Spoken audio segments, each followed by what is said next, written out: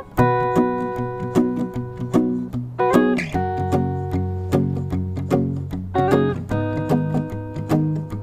baik. Kali ini saya berada di sini dengan Mas Arif. Kita akan membahas sedikit banyak mengenai puasa. Tips-tips apa sih yang penting ketika puasa? Nutrisi apa sih yang kira-kira dibutuhkan ketika kita puasa? Gitu kan? Nah, oke. Sekarang gini, nutrisi apa sih kira-kira yang paling penting ketika kita puasa ini yang perlu diperhatikan gitu? Oke. Nah, sebelum saya menjawab itu, saya mungkin akan sedikit menceritakan tentang makna puasa itu sendiri. Nah, di mana setahun sekali seorang muslim diwajibkan untuk berpuasa, di mana dalam satu bulan itu selama 30 hari dia harus menahan lapar selama 12 jam. 30 hari ya, 12 jam. Ya, dan itu kan pada saat itu di mana dia tidak memperoleh nutrisi yang cukup. Ya, bagaimana dia mensiasati agar nutrisi yang dia peroleh, makanan yang dia makan itu bisa mencukupi selama dia melakukan puasa tersebut. Nah, tersebut yang paling penting itu terutama berasal dari gula atau karbohidrat. Karena apa? Selama dia berpuasa dia perlu energi yang cukup. Nah, sedangkan yang kita tahu kalau gula itu termasuk simple karbo atau karbohidrat yang sederhana yang sangat mudah diuraikan oleh tubuh. Nah, untuk mengimbangi itu kita perlu apa? Kita perlu serat. Serat itu juga termasuk golongan karbohidrat, tapi dalam tubuh dia akan lama untuk diproses hingga tubuh akan merasa lapar pun lebih lama. Jadi kita pilih karbohidrat dengan serat yang tinggi. Ya, dengan komposisi gula dan serat yang berimbang. Jadi tidak kebanyakan gula, tapi juga tidak terlalu sedikit seratnya. Oke.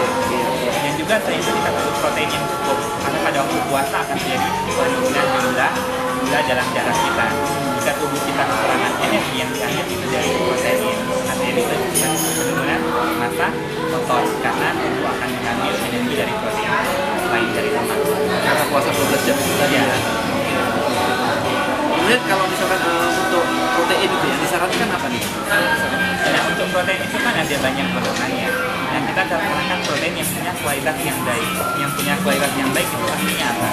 Komposisi susunan amino itu mirip dengan asam amino yang pada tubuh manusia.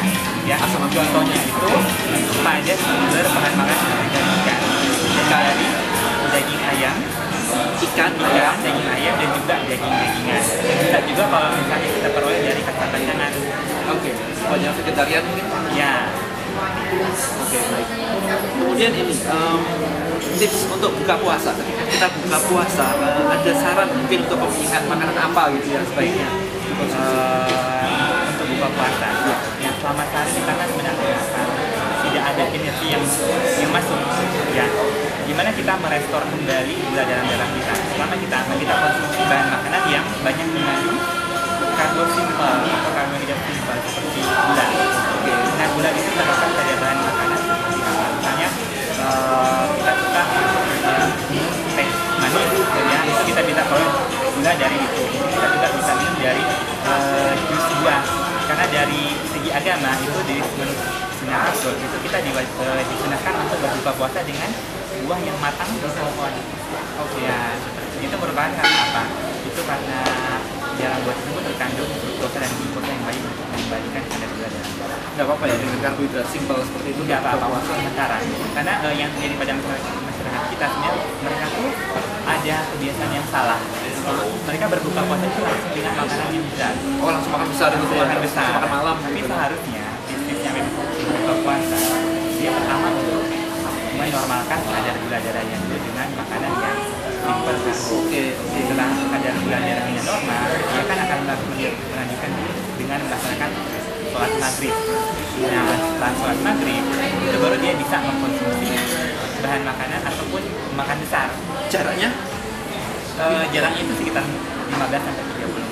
15 menit ya, 30 menit cukup ya? Tergantung dari keadaan. Kita nggak bisa, misalnya kita lagi di jalan. Oh iya.